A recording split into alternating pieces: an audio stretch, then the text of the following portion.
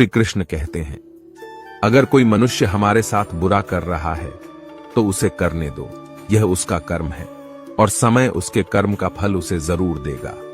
लेकिन हमें कभी भी किसी के साथ बुरा नहीं करना चाहिए, क्योंकि यही हमारा धर्म है।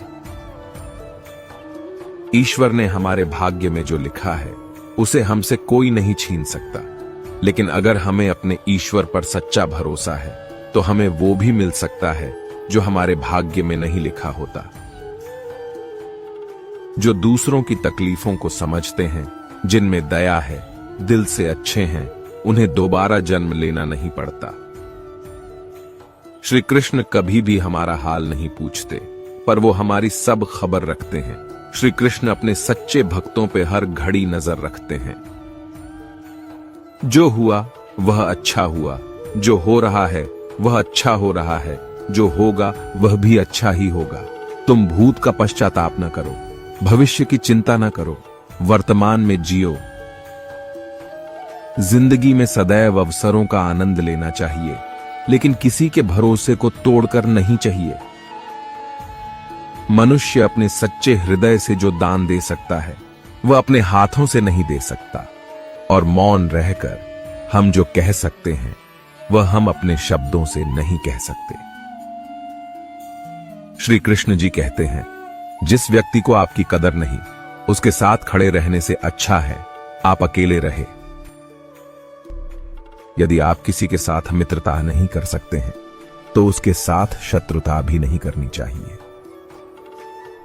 जब आपके जीवन के चारों ओर हताशा और निराशा हो, जब दुखों ने आपको हर जगह से घेर रखा हो, तब आप सच्चे मन से कृष्ण जी के नाम का दीपक जलाना और अपना सब हाल श्री कृष्ण को सुना देना।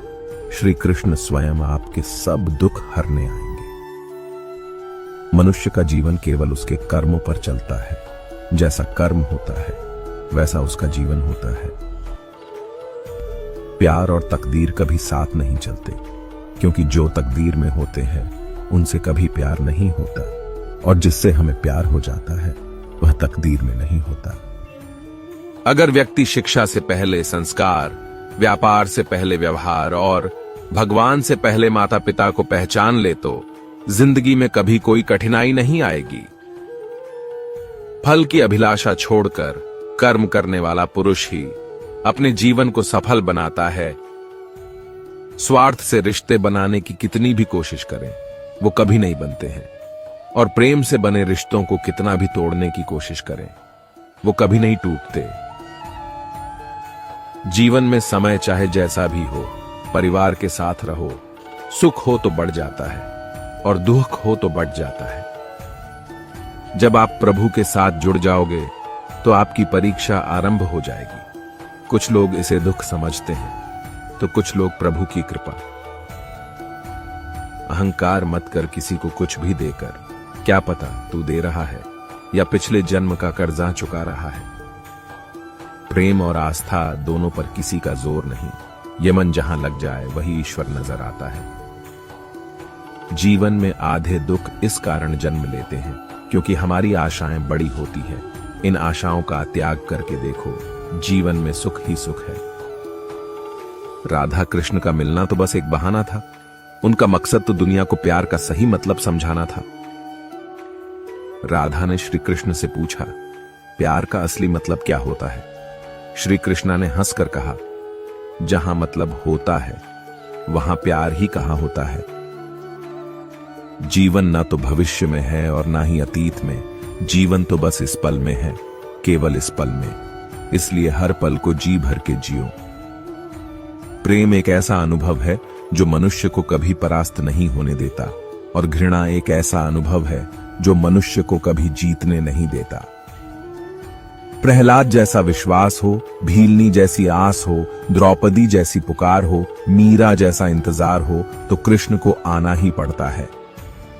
उससे मत डरो जो वास्तविक नहीं है, ना कभी था और ना कभी होगा। जो वास्तविक है वो हमेशा था और उसे कभी नष्ट नहीं किया जा सकता। मोहग्रस्त होकर अपने कर्तव्य पथ से हट जाना मूर्खता है, क्योंकि इससे ना तो तुम्हें स्वर्ग की प्राप्ति होगी और ना ही तुम्हारी कीर्ति बढ़ेगी। अमीर बनने के लिए एक एक क्षण संग्रह करना पड़ता है, किंतु अमर बनने के लिए एक एक कण बांटना पड़ता है। कृष्ण ने दुष्टों को भी अपनी गलती सुधारने का मौका दिया, क्योंकि वो किसी मनुष्य को नहीं, उसके अंदर की बुराई को मारना चाहते थे। लोग कहते हैं अपनों के आगे झुक जाना चाहिए, किंतु सच बात तो यह है, जो अपने होते हैं वह कभी झुकने नहीं देते। बुरा वक्त आपको जिंदगी के उन सच से सामना करवाता है, जिनका आपने अपने अच्छे वक्त में कभी ख्याल भी नहीं किया होता है। सत्य हमेशा पानी में तेल की एक बूंद के समान होता है। कितना भी असत्य का पानी डाले, वह हमेशा ऊपर ही तैरता है। जो एक क्षण में बदल जाए, एक क्षण में भंग हो जाए, वह प्रेम नहीं लोभ होता है। जब जिंदगी में बुरा समय आए, तब समझ लेना कि अच्छे कर्म का समय आ